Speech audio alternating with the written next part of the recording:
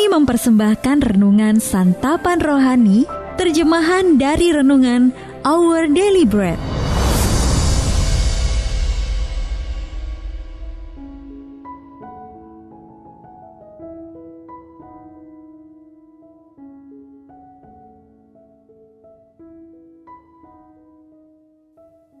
Sahabat ODB, pembacaan Alkitab hari ini terambil dari 1 Tesalonika, pasal yang keempat ayat yang ke-13 sampai dengan ayat yang ke-18.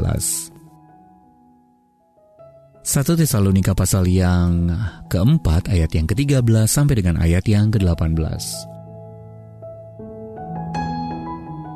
Kedatangan Tuhan. Selanjutnya kami tidak mau saudara-saudara bahwa kamu tidak mengetahui tentang mereka yang meninggal, supaya kamu jangan berduka cita seperti orang-orang lain yang tidak mempunyai pengharapan. Karena jikalau kita percaya bahwa Yesus telah mati dan telah bangkit, maka kita percaya juga bahwa mereka yang telah meninggal dalam Yesus akan dikumpulkan Allah bersama-sama dengan Dia. Ini kami katakan kepadamu dengan firman Tuhan. Kita yang hidup, yang masih tinggal sampai kedatangan Tuhan, sekali-kali tidak akan mendahului mereka yang telah meninggal. Sebab pada waktu tanda diberi, yaitu pada waktu penghulu malaikat berseru dan sangkakala Allah berbunyi, maka Tuhan sendiri akan turun dari sorga, dan mereka yang mati dalam Kristus akan lebih dahulu bangkit.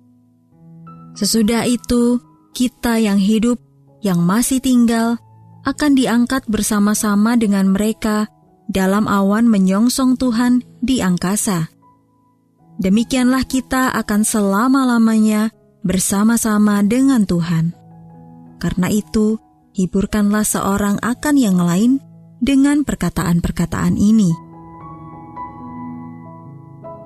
Ayat Mas renungan hari ini terambil dari 1 Tesalonika pasal yang keempat ayat yang ke-13. Kamu jangan berduka cita seperti orang-orang lain yang tidak mempunyai pengharapan. Renungan hari ini berjudul Pengharapan dalam Duka, ditulis oleh Leslie Koh. Lois adalah seorang anak perempuan yang aktif, ceria, dan menyenangkan semua orang yang dijumpainya. Sayangnya pada usia 5 tahun hidupnya direnggut oleh suatu penyakit langka. Kematiannya yang mendadak mengguncang kedua orang tuanya, Dede dan Peter. Dan kami semua yang bekerja bersama mereka, kami ikut merasakan duka cita yang mendalam. Namun Dede dan Peter telah menemukan kekuatan untuk terus melangkah.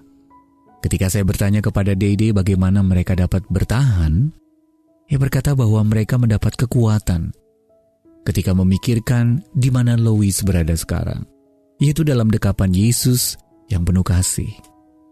Kami sungguh bersuka cita untuk putri kami yang pada waktunya telah menyongsong keabadian, kata Dede.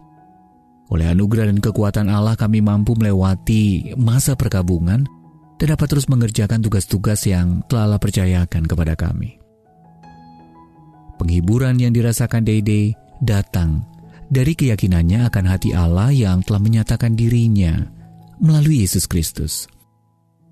Pengharapan yang diberikan Alkitab bukanlah sekedar optimisme buta, melainkan kepastian yang absolut berdasarkan janji Allah yang tak akan pernah Dia ingkari. Dalam duka cita kita dapat bergantung sepenuhnya pada kebenaran agung itu. Dan itulah yang dinyatakan Paulus untuk menguatkan orang-orang yang berduka karena ditinggalkan teman-teman terdekat. 1 Tesalonika pasal 4 ayat yang ke-14 berkata, karena jikalau kita percaya bahwa Yesus telah mati dan telah bangkit, maka kita percaya juga bahwa mereka yang telah meninggal dalam Yesus akan dikumpulkan Allah bersama-sama dengan Dia. Kiranya pengharapan pasti tersebut memberi kita kekuatan dan penghiburan hari ini, bahkan di saat kita berduka. Sahabat ODB, bagaimana Anda dapat dikuatkan oleh janji-janji Allah bagi mereka yang mengikut Dia? Lalu bagaimana Anda dapat menghibur seseorang yang tengah berduka karena kehilangannya. Mari kita berdoa. Bapa Surgawi, terima kasih untuk pengharapan dan penghiburan yang Engkau sediakan hari ini. Kuatkan aku hari ini Tuhan, supaya aku juga dapat menguatkan orang lain. Amin.